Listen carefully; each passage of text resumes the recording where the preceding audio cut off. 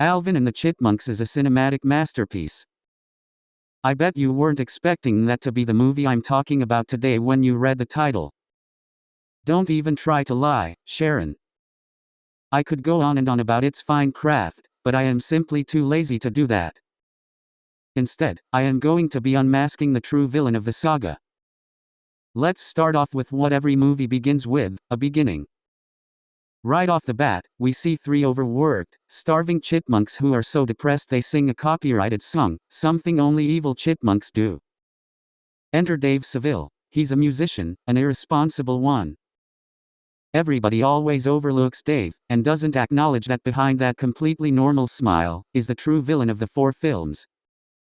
Our first look at him, he is asleep, he's late for work. This shows how irresponsible he truly is. Then, he has to write his name on a demo of his, knowing he'll forget it, proving his irresponsibility. As he walks out the door, he sees his ex, who has to teleport just to talk to him, proving his laziness. Ladies, you can do better than that. He then manipulates Claire, his ex, into having dinner with him. His manipulation technique has been mastered over 700 years of learning, and it shows. He gives Claire no choice but to have dinner with him. He then proceeds to have the audacity to sit down, which is evil because if there was an old lady who needed to sit there, she couldn't. It is also an example of his manipulation techniques because he did not ask the chair for consent to sit on it, he just decided to. We meet our chipmunks again, as they discover that they are in a building. This is where we meet the hero of our story, Ian Hawke. Our first impression of him couldn't be better. He is bald, showing his care for animals without fur. His glasses are rectangular, showing love to computers, who don't get enough love. Then, he greets Dave, something that some people would die for. Imagine holding so much power that you are greeted by Ian Hawke himself. I just wouldn't want to stop imagining. Dave completely sasses Ian, showing that he has no respect for anyone. He is then offered everything he had ever dreamed of, and turns it all down. He thinks he is simply too good for everything.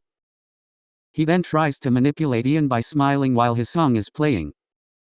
When Ian tells him that it sucks, Dave interrupts him, asking him what he means. If he truly admired Ian Hawke, he would have not interrupted him.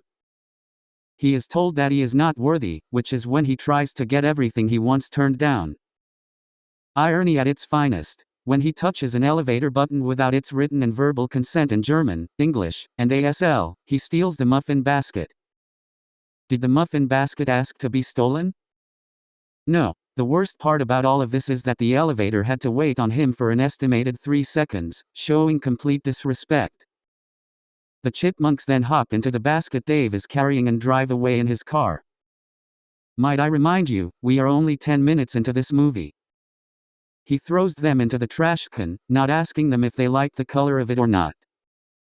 If they just so happened to be allergic to the color blue, then he could have killed them. I will now have to break character and point out how there are 3 keyboards in one shot. He then completely rage quits and single-handedly unalives his ear-pleasing tools. He lies down on the couch and doesn't turn around once as his cabinets are getting raided.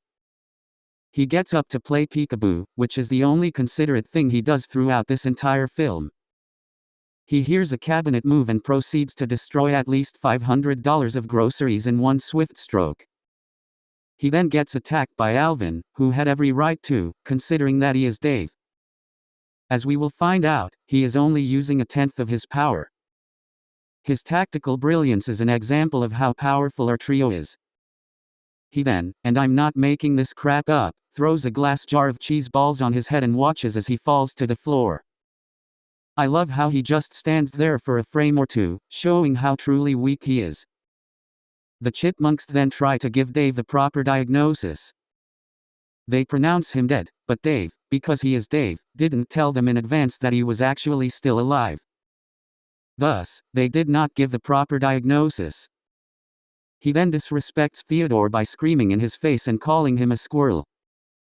If he even thought to read the title of the movie he was in, he would know that they are chipmunks. He asks the chipmunks how they know his name, and they sarcastically reply that they read his mail.